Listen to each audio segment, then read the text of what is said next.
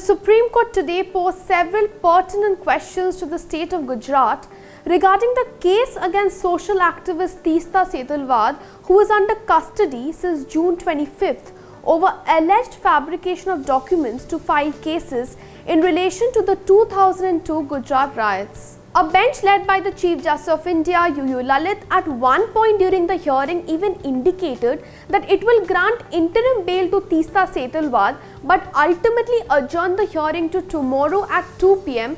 pursuant to the request made by the Solicitor General of India, Tushar Mehta. The bench, comprising Chief Justice of India, Lalit, Justices S. Ravinder Bhatt and Justice Sudhashnu Dhulia, was hearing Teesta's appeal challenging the Gujarat High Court's refusal to grant her interim bail.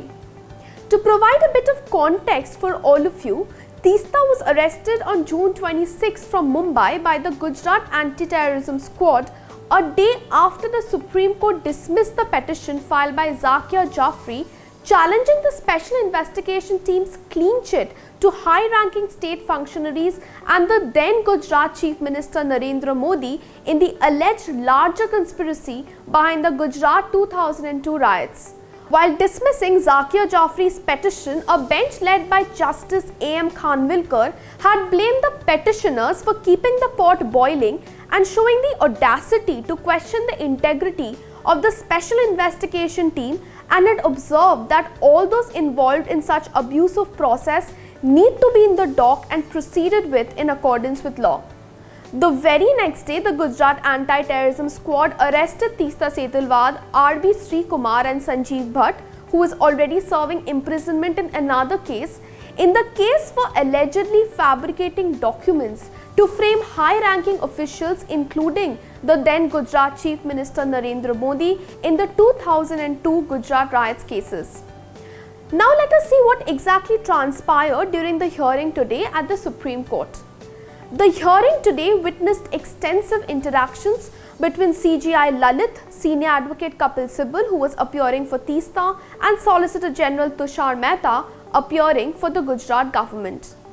During the hearing today, the court remarked that 4 or 5 features of the case bothers us, which are as follows.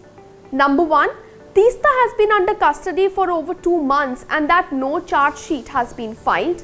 Number 2, the FIR was registered on the very next day of the Supreme Court dismissing Zakia Jafri's case, and the FIR does not recite much anything other than the Supreme Court's observations.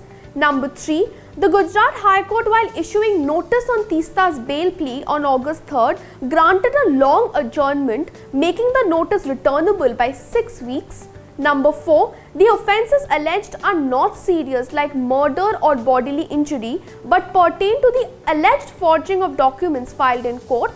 Number 5, there are no offences which bar the grant of bail. Chief Justice of India, Lalit, orally remarked during the hearing today that there is no statutory bar on grant of bail in the offences for which Setalvad has been booked. He pointed out that she has been booked for normal offences under the Indian Penal Code and not for offences which include bodily harm or under special laws like the UAPA.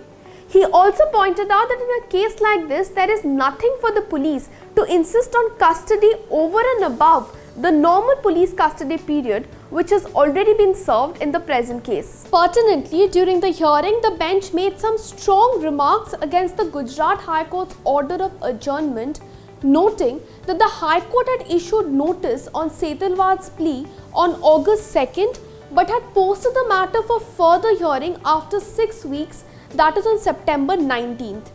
These remarks were made by the bench about the long adjournment given by the Gujarat High Court in response to the Solicitor General's argument that this was not an exceptional case where the Supreme Court required to intervene.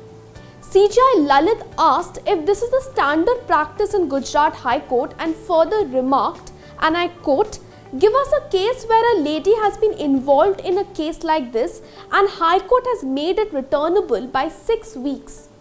In response, Solicitor General Tushar Mehta remarked, and I quote again, "No lady has committed similar type of offences." The CJI also asked the Solicitor General about the exact tenor and direction of the investigation, pointing out that the complaint in this case was filed only within a day without any scope for proper investigation. CJI Lalit remarked during the hearing, and I quote, "What struck us is your complaint doesn't recite anything more than the SC judgment. So if the judgment is out on 24 June, 25th complaint is out, the officer who made the complaint, he was not privy to knowledge other than that. Within one day, a complaint came to be filed." The bench then expressed its inclination to grant interim bail and continue to hear the matter on merits, but did not pass any order in that regard today and instead posted the matter for further hearing tomorrow. For further information on today's hearing, you can refer to our detailed report, the link to which has been given in the description box below. This is Aratra Kabhaumik for LiveLaw. Keep watching LiveLaw for more such updates.